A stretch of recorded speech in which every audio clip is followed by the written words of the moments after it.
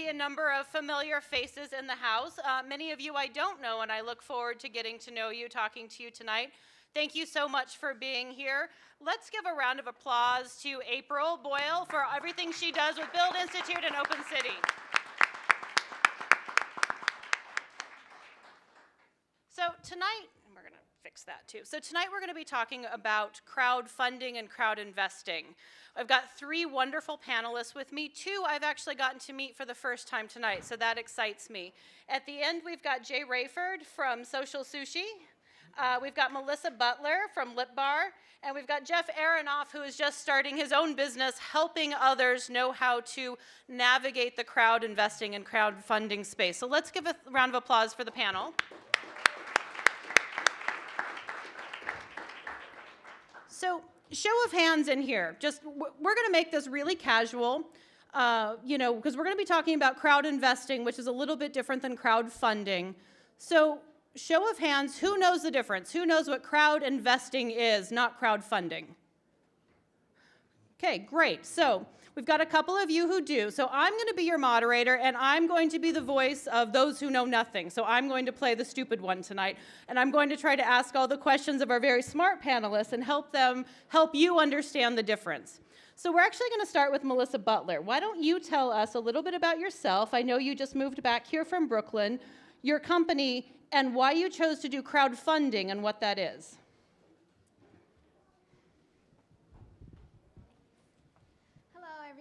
I am Melissa Butler. Can everybody hear her? Mic All closer. Right.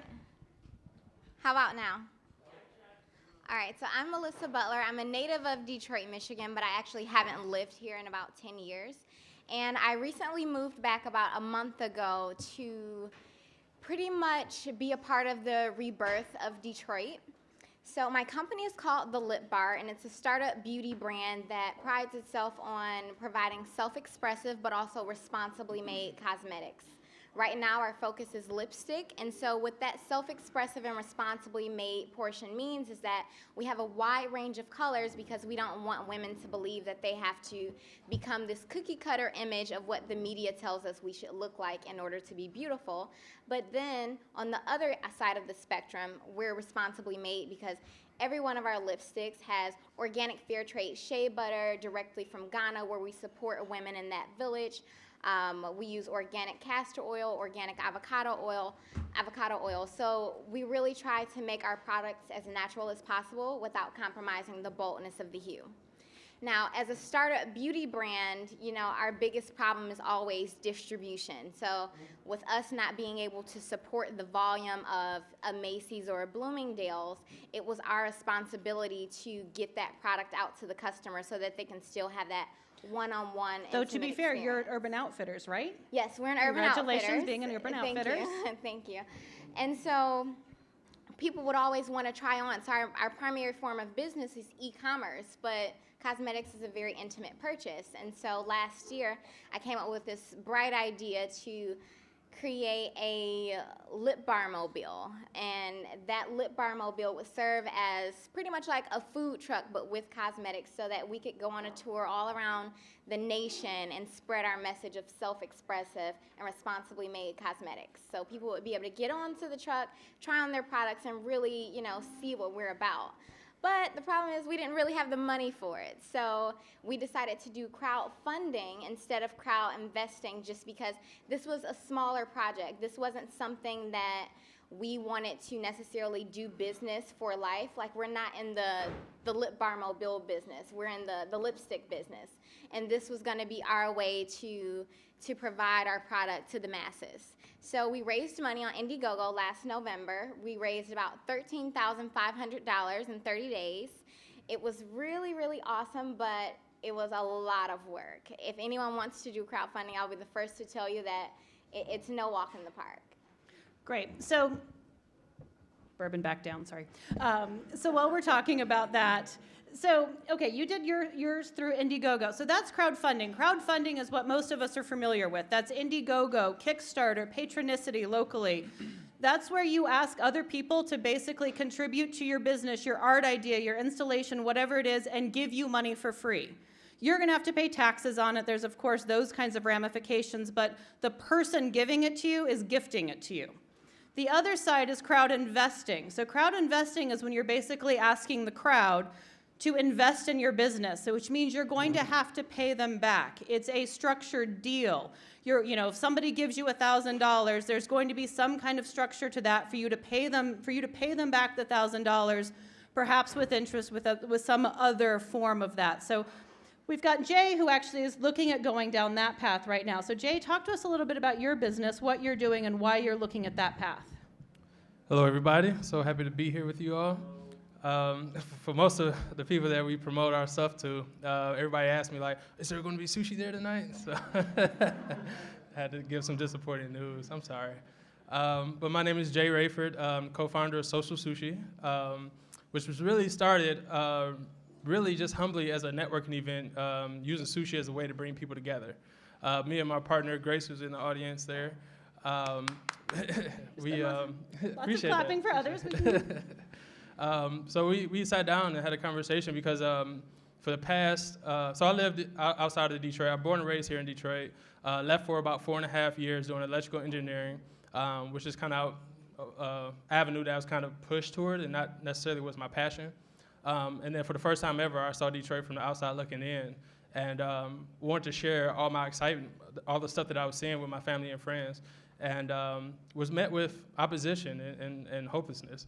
And it killed me because like this is my family and friends. Like there's people that live in Detroit, and a lot of people don't recognize that when they're spattering all this negative stuff. And it's just like, where's the hope at? And so I had to move back home.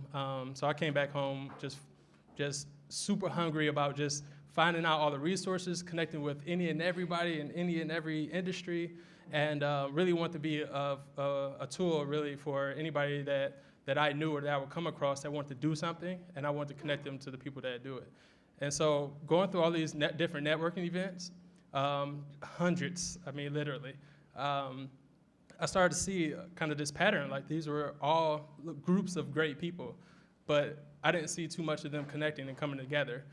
So that's how really Social Sushi started, as a way to like start bringing those circles together, whether there was in music, tech, nonprofit world, young professionals from corporate life, everything.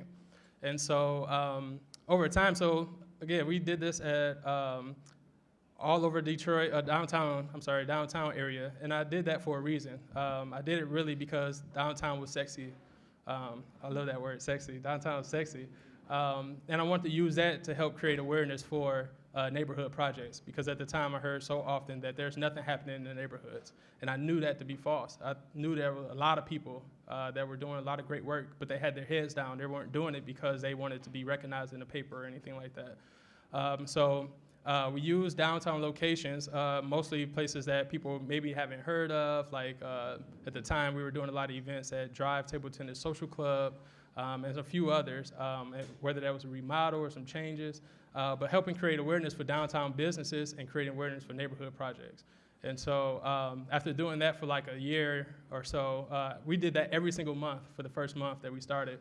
And it got really tedious real fast. Like we didn't plan enough ahead where we actually knew where we were going to go. After every event, we were just like, okay, where are we going next? And it just got crazy. So we started to take a step back and realize that we can offer ourselves as like a social catering experience. And so through that, fast forward, we've been doing it 2.5 years now. And through that social catering experience, we kept hearing from people that there's a void for great sushi in Detroit. And people were falling in love with our amazing sauce that we create and things like that. And it was really the people that said, hey, you should open up a spot. Like, we need this. Like, where do I go? Like, this is crazy. And they'll go to other sushi restaurants and just like, this isn't it. Like, something's missing. And so we only started putting together a business plan because people told us this is what they wanted. And so this is why now we're in the position now where we started putting together a business plan, started looking for a location. And actually we heard from, it was actually Phil Cooley had told us that there was this project happening. It wasn't his project. I assume everybody knows Phil Cooley, Slow's Barbecue, just making sure. Yeah, so So at the time, he was working with, advising a group of students through a project called Roosevelt Proxy, and it's Lawrence Tech University and Western International High School students working on some project. That's all I knew. I was like, okay, whatever. If it's Phil telling me to come, I probably should go. And so I went and pitched to these students, just gave it all I got. They heard from us and a few other businesses and decided that Social Sushi was a great fit for it. So now we're on task to open a sustainable sushi restaurant out of shipping containers, possibly in the city park. So possibly. That's great. So to fund, did you start by trying to do a crowdfunding, or did you go directly to crowd investing? So we actually did attempt to do a crowdfunding at first. What platform did you use? So we did Patronicity before they kind of changed their model to what it is now. And that was not to discredit Patronicity. It was the lack of our team, myself included, that just didn't follow through. It didn't know what it took to really, do a great raise. And it was other elements in life that I just let distract me and stuff like that. So we just didn't raise what we were trying to do. I'm actually going to ask the audience real quick. Are you all interested, between the two entrepreneurs here, what they did on crowdfunding that wasn't effective? Is that something that helps the crowd to know those things? Yes. Okay, so both of you, if you could say one or two things each, because I know that you didn't raise as much as you'd wanted, Melissa. So talk to us about one or two things that you think you should have done differently or better that would be advice for good crowdfunding campaigns. Well, since Mike. Since I have a consumer brand, our biggest draw for customers was that, if you gave to our campaign, we would give you lipstick as your gift.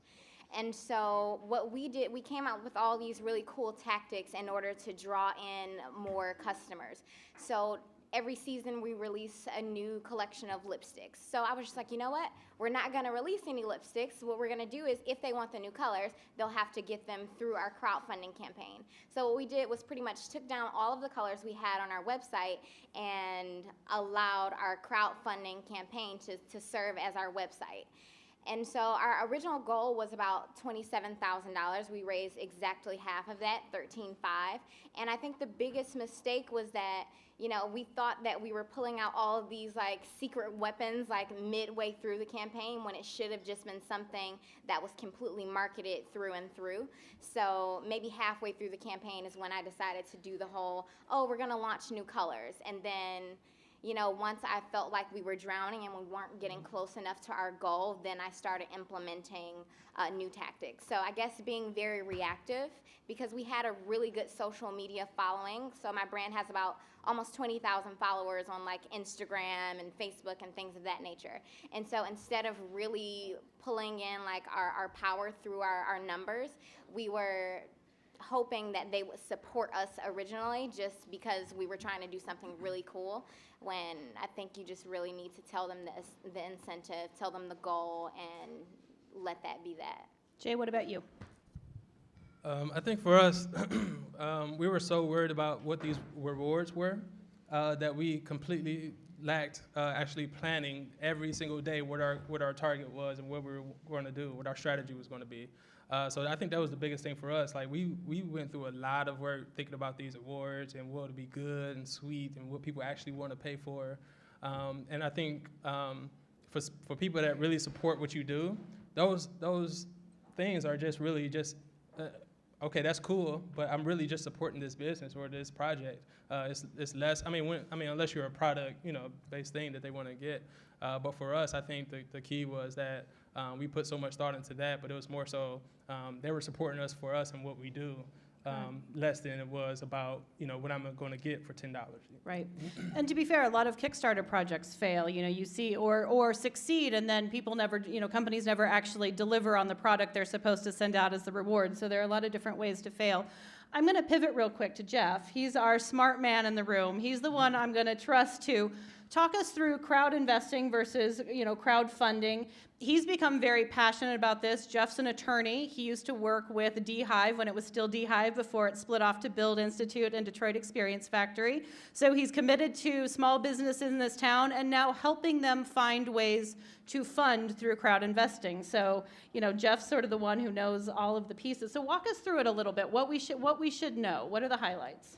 Well, the first thing, thanks, Andy. The first thing I would say is that even in the sort of like donation model or rewards model, both sort of like what we have up here, even that sometimes is not exactly donation, right? If let's say you are raising an Indiegogo or a Kickstarter campaign and the reward is your product, that's more like making a sale. It's pre-selling, right? So there are implications for that, and there are great lawyers like Tiffany Sadek, I know, who's in the front row, who will walk you through what happens when you have a bunch of folks that make a donation to your business, and then you turn around and deliver your product for them, and The IRS will knock on your door. Right. Someone will knock on your door, maybe even the state of Michigan looking for a sales tax, those kinds of things, right?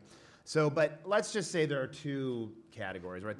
There is crowdfunding where you're either pre-selling your product or you're giving some reward, or there's the crowdfunding, there's none of these are technical terms, right? Investment crowdfunding, crowd investing, equity crowdfunding, all those kinds of things, where when someone gives you money, what you're giving them in return is financial return, either a stake in your business where you distribute some of the profits every quarter or at the end of the year, or what they're giving you is really a loan where you're giving them some kind of interest based on a bunch of different ways that you could structure that.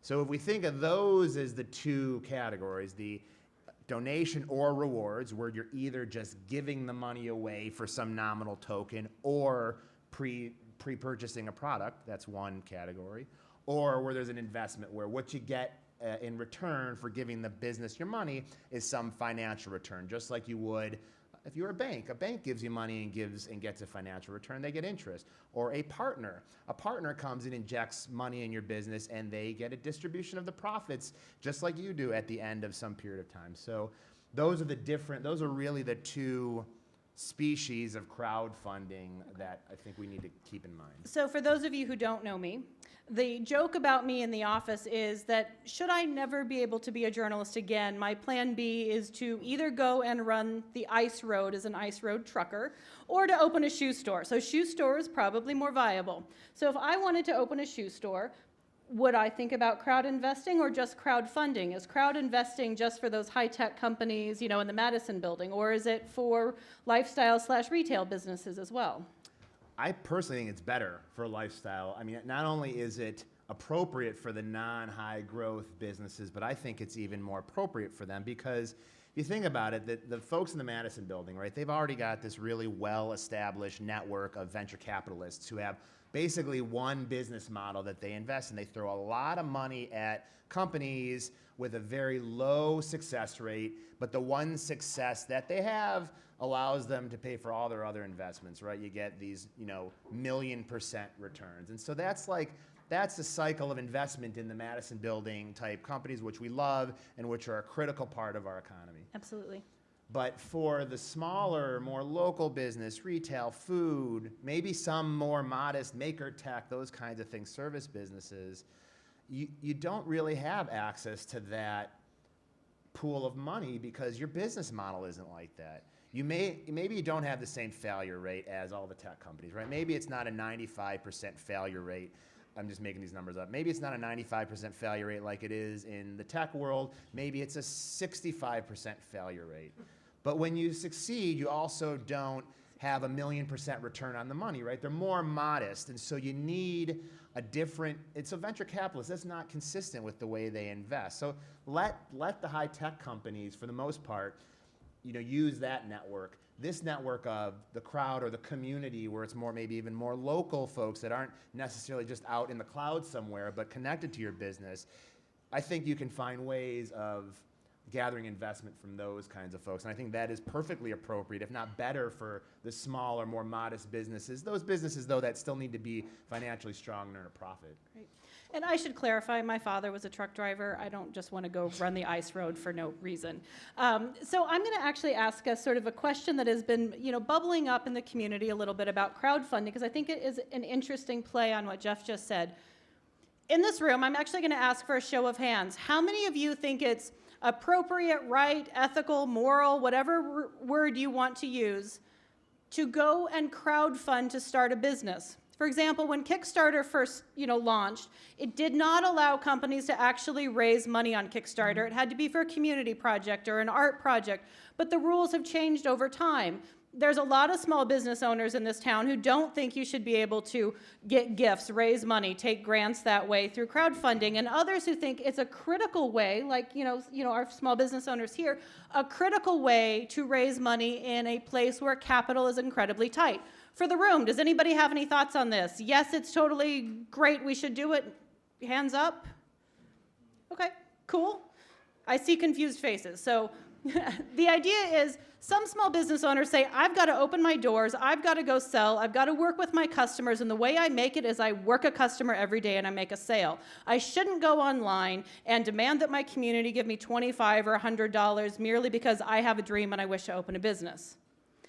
The other side is, of course, I have a dream and I have a business, and capital is incredibly tight in Detroit and other places. How am I actually going to get my business open without a little bit of help and advantage from my community? This is about building community. So I'm actually going to ask our panelists to sort of comment on that and why you chose to go with crowdfunding. Or, because the idea is, okay, crowdfunding is just free money, so to speak, versus crowd investing where you are making a partner and paying that back. What are your guys' thoughts on sort of that discussion in the community right now? So I look at it from, and I'll speak on crowd investing first. I'm not the person who is particularly interested in it. I think it's a great idea simply because for the small business owner, you don't have access to capital, as Jeff mentioned, or you may not be able to collateralize a loan from the bank. So if you do have this product where you can have your community support it, I'm all for it. I particularly am not interested in it just because I look for strategic partners. I want someone who is going to help me grow my business and not someone who's just going to kind of throw money at me. And so that's a big part of the reason why I chose to do crowdfunding. And I think it's a very powerful tool, especially in the age of social media, to be able to leverage your community, to be able to leverage, the relationships and the network that you've built because you have these people who believe in your story or your brand or your product and they want to see you succeed. So I honestly don't see anything, I don't have a negative in terms of crowdfunding. I guess the only thing that can come from it in a negative way is that you don't actually deliver the product that you said you were going to deliver. And I think that's where it kind of gets tricky when you're funding a business that's just kind of a prototype. Great. What about you, Jay? So for me, the reason why we're going towards the equity investing, I guess you could say, because we're actually interested in doing it through revenue share. So it's not giving up equity to the 100, the X amount of people that could potentially support our business. But it's mostly because, like I said, it started really from community support. And then the project that we're actually doing is out of shipping containers in the city park that's built by college and high school students. I don't know if you can get more community than that. It truly shows collaboration just across all angles. And so I want to be able to leverage that. And then not only would they be, helping us start our business, but they'll also be customers. And just think about if you're invested in social sushi, how often would you go? How often would you tell more people about it because you feel like, hey, I helped make this happen?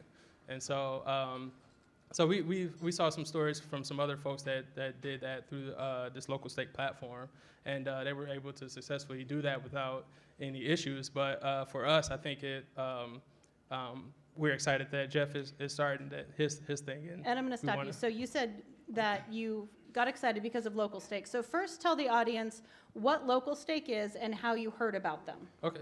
So actually I heard about local stake through another crowdfunding platform or crowd investing platform called Fundrise that kind of functions more so on the real estate end of things. And they were told us, okay, this sounds great. You're doing shipping containers that might not be, in a city park, and that might not be the best for us, but you might want to look at local stake. And so that's when they connected us and we started doing research about it. So you had the failed crowdfunding campaign. What was it about crowd investing that said, you know what, maybe this is the right path and we should investigate it? Because I assume for a lot of people it seems more complicated than crowdfunding. Crowdfunding, you push a button, I give you $25. Crowd investing, all of a sudden you've got to structure a deal. So what Okay. was interesting Yeah, about that? I apologize. I didn't state that the crowdfunding that we did originally was actually for another business. I forgot about that. It was That's okay. actually No worries. city loyalty program that we were launching. But the reason why I thought that, you said, well, I think that why, this was the why did better. you think this was a good way to proceed? Again, it was, I thought somebody Was had it? comment. But no, it was more so because, like I said, the community the support, I thought it made sense. If we were to do, like I said, going back to like the process of like thinking about these rewards and all that kind of stuff, I just didn't think that in order for us to launch a business, we would need to do more than, you know, $10,000-$15,000. We would need, you know, $100,000, $150,000, $200,000. And so like what made sense in order for us to be able to raise that, but then also who, you know what I'm saying, who more than anybody would support our business. Sure, we can get some partners that like it makes sense to do, but I think having that community support at every angle, I think was the best option for us. Right. Jeff, what do you think? You know, in terms of when is crowdfunding an appropriate mechanism versus crowd investing?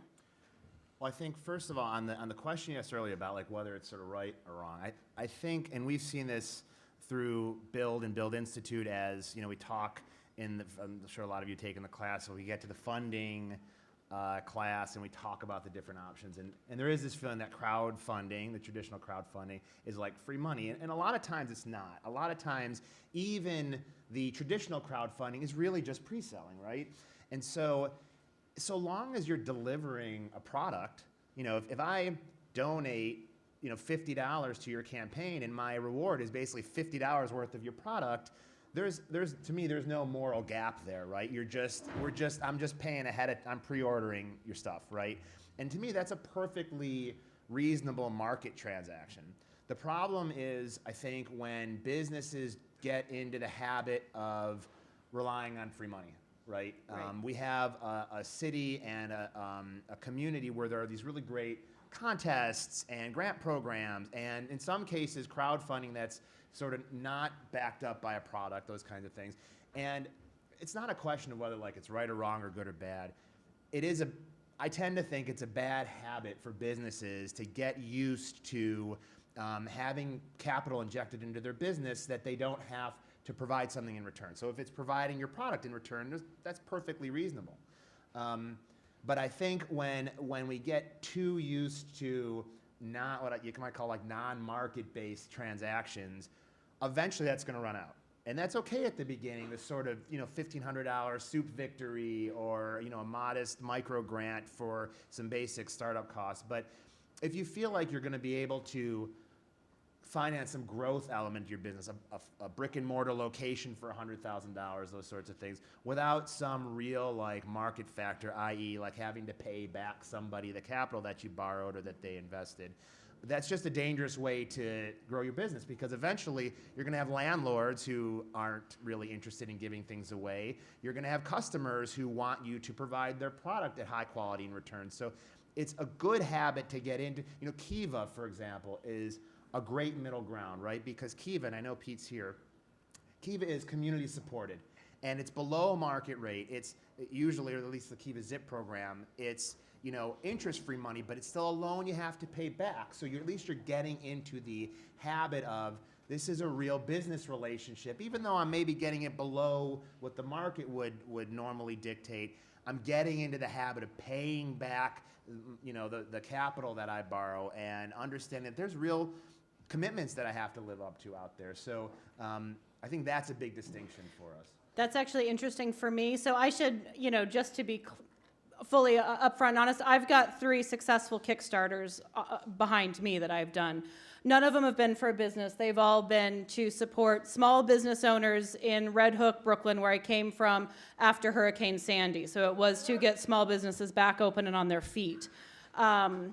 And to be, thank you. No, this is not about me. Like, we clap for small business owners. They're the ones who deserve all of our applause because they do all of the work.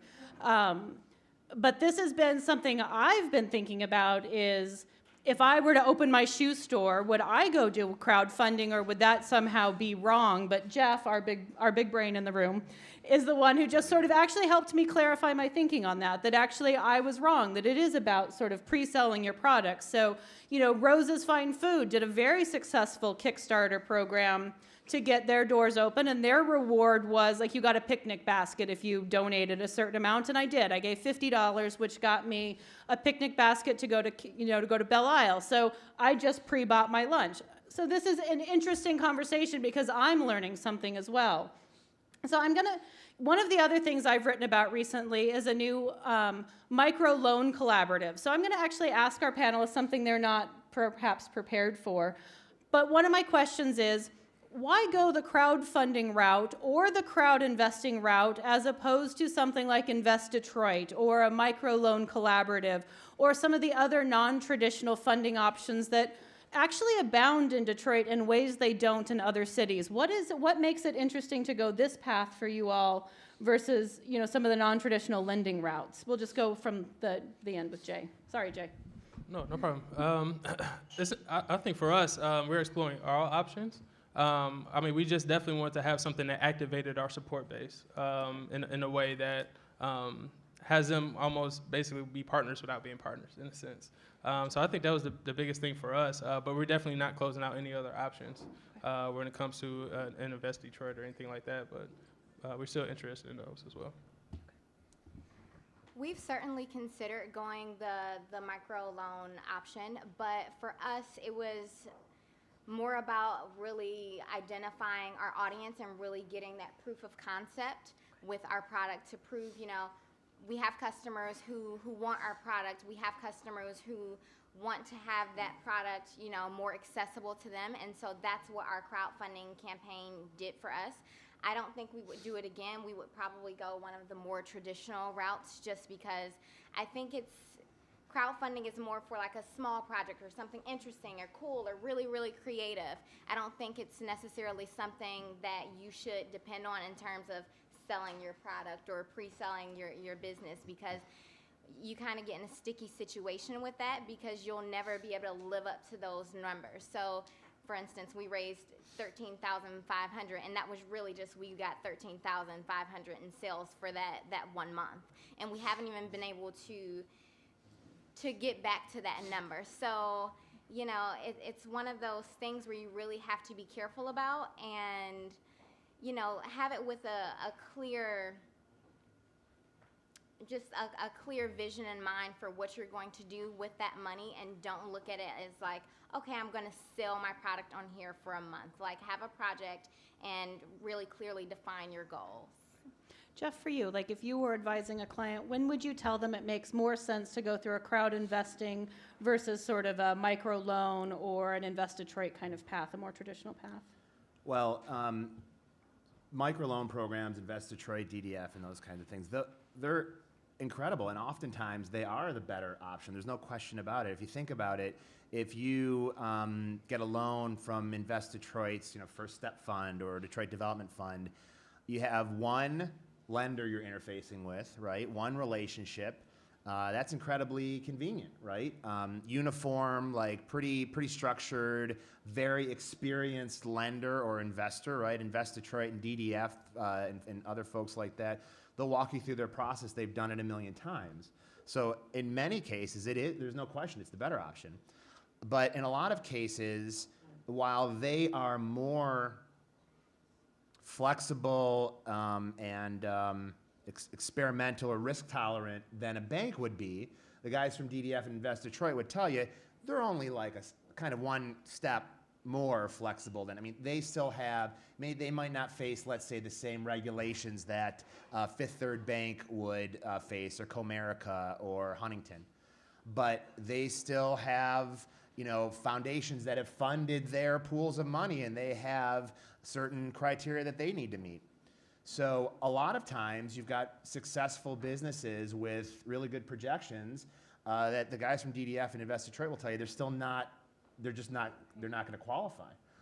Moreover, because the systems for financing through microloan programs like Invest Detroit and DDF are they tend to be uniform.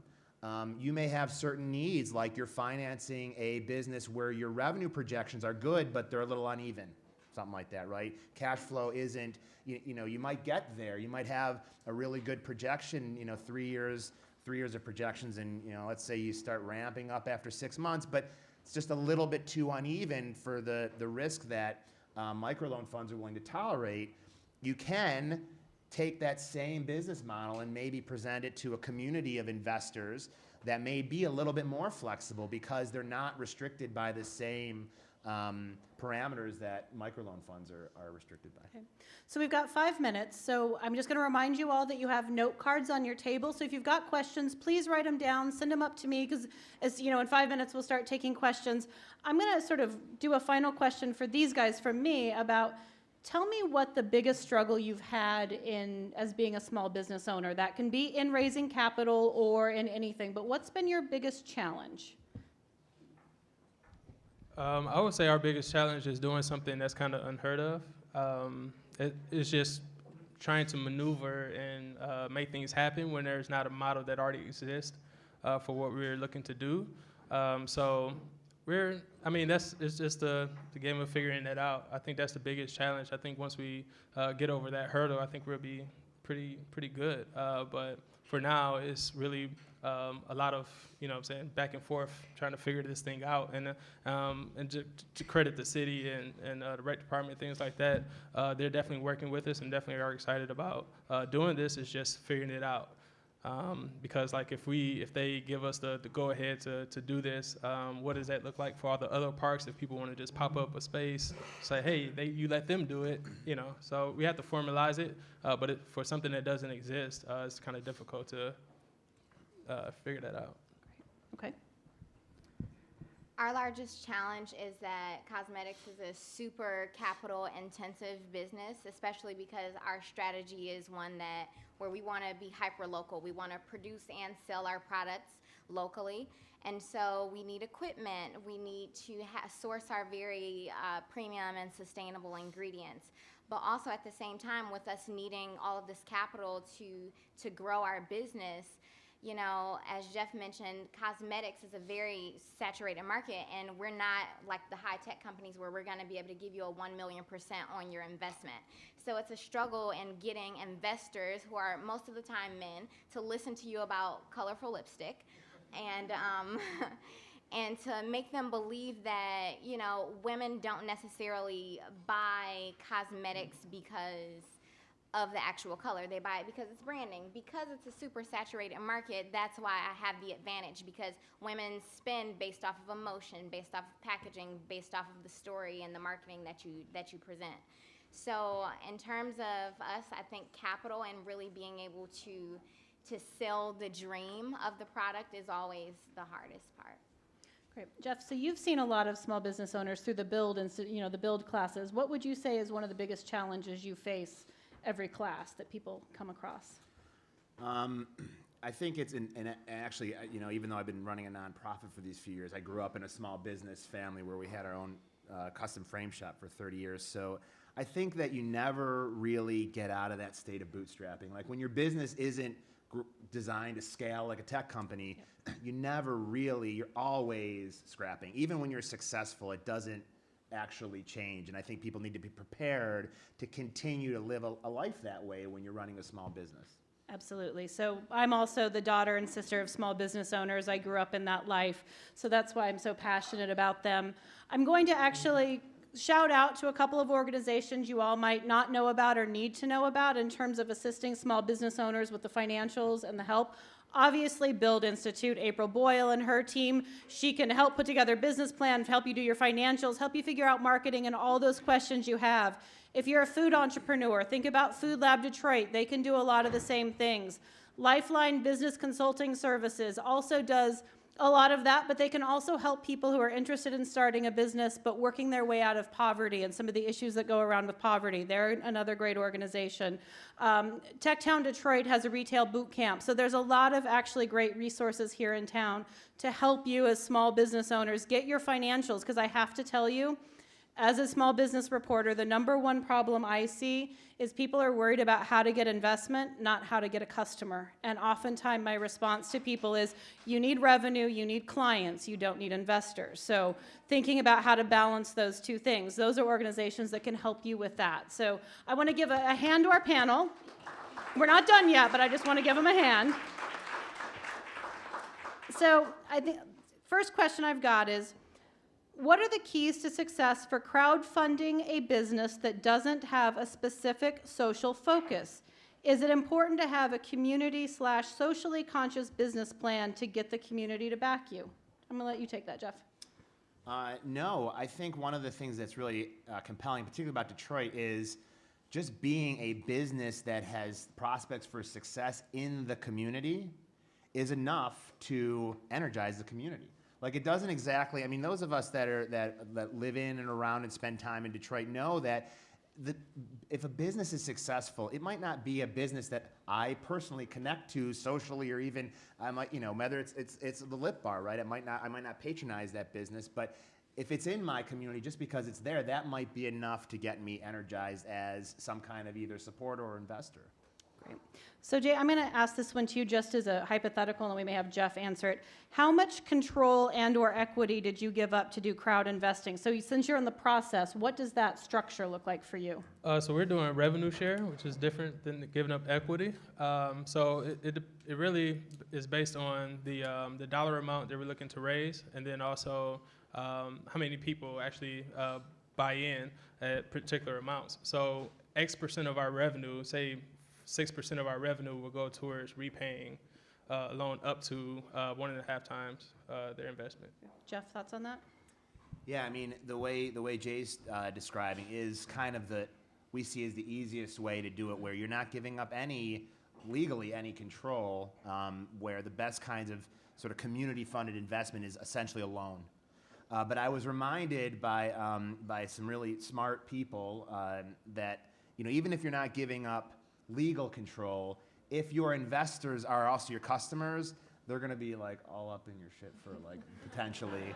And that was something I hadn't considered that much. You were at that meeting, we were talking about that, right? So even though you may not be giving up control and you are engaging the community as investors, the downside of that is you're engaging the community as investors, and if they're not getting the kind of return they want, they might not like the way your sushi sauce is laid on the table, or they might not like the way you've merchandised your stuff, and even though they don't have any right to enforce anything, they may bother you. Okay. So how could a service-oriented startup benefit from crowdfunding?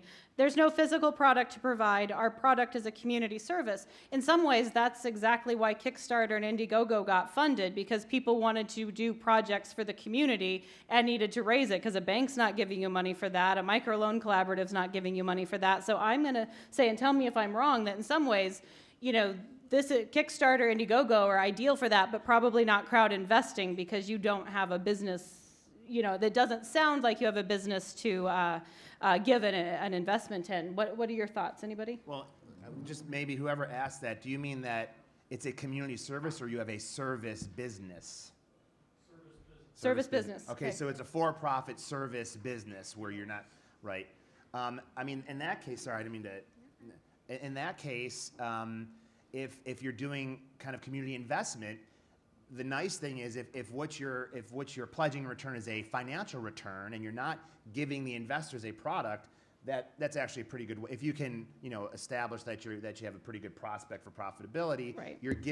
What you're pledging in return is money anyway, so there's no difference to an investor between a profitable business, retail business that sells something, versus a profitable service business if they're generating enough of a return and the investors feel good about it. Marketing it with a sort of community service angle puts a nice bow on it that makes it about you having a for-profit business that is a service that also helps the community. You kind of tie it together and can sell it like that with your branding. Do you have to be an accredited investor to participate in, not in crowdfunding? In crowdfunding, you can just click on Kickstarter and give whatever money you want. But with crowd investing, that might be different. With crowd investing, do you have to be accredited? Okay, so the short answer is no. The long answer is no, but, right? So Michigan, I'll try to keep this under like 20 seconds because we can get into 20 minutes on it. Yeah. But We did this earlier, so right. really you want to keep him out of the weeds on this. But Right, he will yeah. go into the weeds with you individually. Right, so the highlights are, first of all, make it easier on yourself. If you're soliciting investment just inside of the state of Michigan and you have a system that can keep that closed, that relieves you of a lot of headache. Secondly, so if you're just operating inside of Michigan with all the people you're talking to and all of the networks that you're getting out to in your business, all takes place inside of Michigan. Michigan has a really progressive state law that allows you to solicit investment from non-accredited investors as long as the deals are small enough and the investment amounts are small enough and you manage the process the right way. So if you do it right, you can solicit from investors that are not accredited, that are giving you small amounts of money. How do you negotiate a fair crowd investment without giving away too much? Is this, I think people are probably thinking about this very similar to negotiating it like if you're working with a VC. Do you get that much control, or is it fairly cookie cutter about what you give away? How does that work? And, Jay, I'll let you talk too about, why you chose to structure the way you chose. I mean, it's hard for me because we're doing the revenue share side, and we. Why did you go revenue share? Right, we did that because to think about people that we didn't know to be partners with us in our business, or that we felt like, because that was the hardest thing. Like, I think there's some money out there that we could get as like capital investments in our company with people that we don't necessarily want to be in business with. So that itself was, if we don't want to do that with one person, do we really want to do that with 20, 30 people? And so that's what kind of swayed us from doing the equity share way.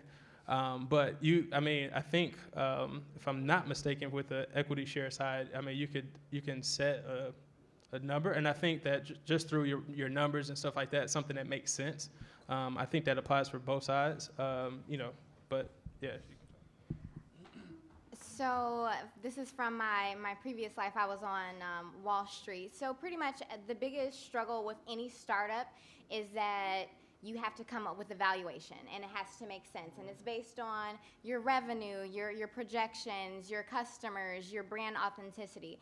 But the good thing is that no one can tell you that your valuation is wrong, because it's really what you believe in your company. You just need to have some sort of solid way to justify it. And so in terms of giving away equity, in terms of crowd investing, you have to go along with the same process as you would within your business plan when you're trying to raise funds. So, what are your projections? Why do you think you're worth this much? And if you're able to really justify it, then, there is no cookie cutter number of what you should raise and how much equity you have to give it away.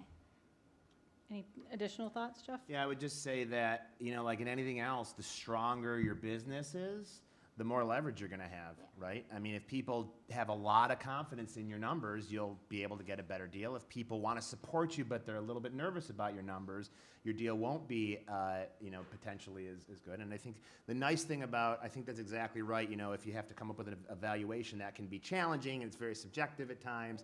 The nice thing about the sort of revenue share loan that Jay's talking about is to do that kind of deal, that's not based on the value of the company. It is strictly based on projected revenues, which is already, it's enough of a challenge. That's not easy to project what revenues are, but it's not like, not necessarily giving up equity where you're having, my company's worth X and I'm gonna chop that up into pieces and give little pieces of the company away.